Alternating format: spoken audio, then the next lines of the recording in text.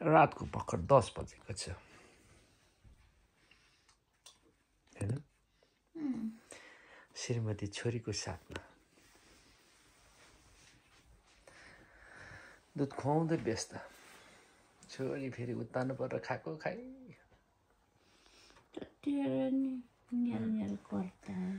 दुध चाहिँ any time खाइरहनु पर्ने मेरो खायो दुखेर है डिस्कनेक्ट भएको फेरि 24 घण्टा मुख जोतेर बसिरहनु पर्ने देखो हेर्न यो लाइट अफ गरिदिउँ क्या यसको आँखामा डिस्टर्ब गरेँ क्या हो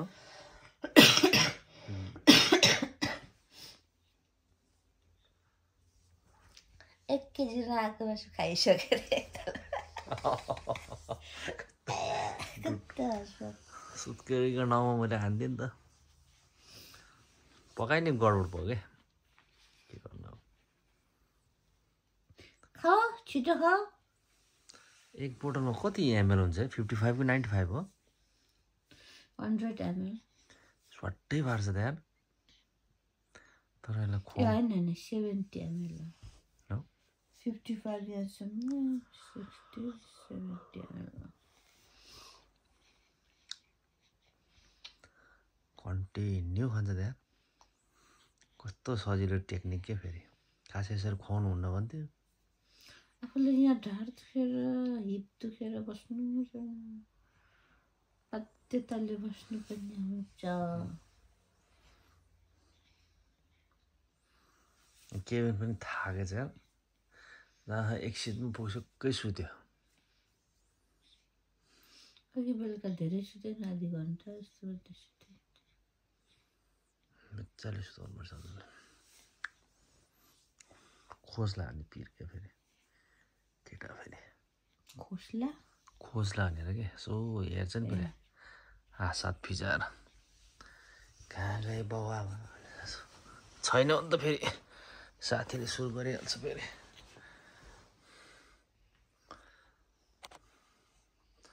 हाम्रो दो भन्दा भन्दा साँच्चीकै भयो यार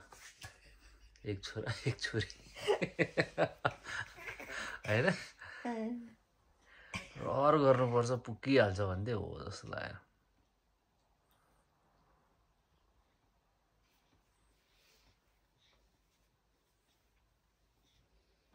नाना चाहिँ कतिले भेटेकै केटी 6 मन्थले जन्मेको पहिलो महिना पुरा भएको छैन होइन 6 मन्थको लुगा लगाउनुपर्छ यहाँसम्म चाहिँ खुट्टा नि अझ फोल्ड गरिरहेछ पेटमै छु जस्तो लाग्दो रहेछ क्या नि हात खुट्टा खुम्चाएर बस्छु होइन सुरुको उसमा त यस्तै हो नि बिस्तारै मसाज गर्दै गर्दै गर्दै गर्दै यतिखेर त त्यो कार सिटमा राख्यो भने आनन्द आउँछ यिनीहरू कुकुर कभर बस्छ नि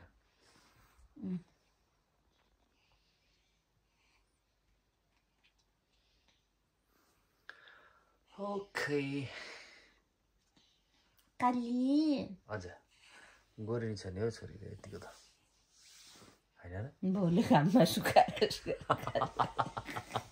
जतिखेर राख्छ फ्यास्टै घाममा राख्दा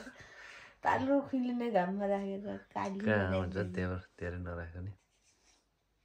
अघि ल्याउँदा त राम कम्ता रोन्केर आएको छैन तातो न त्यो धेरै नहाल्ने नि 15 मिनट 20 मिनट पता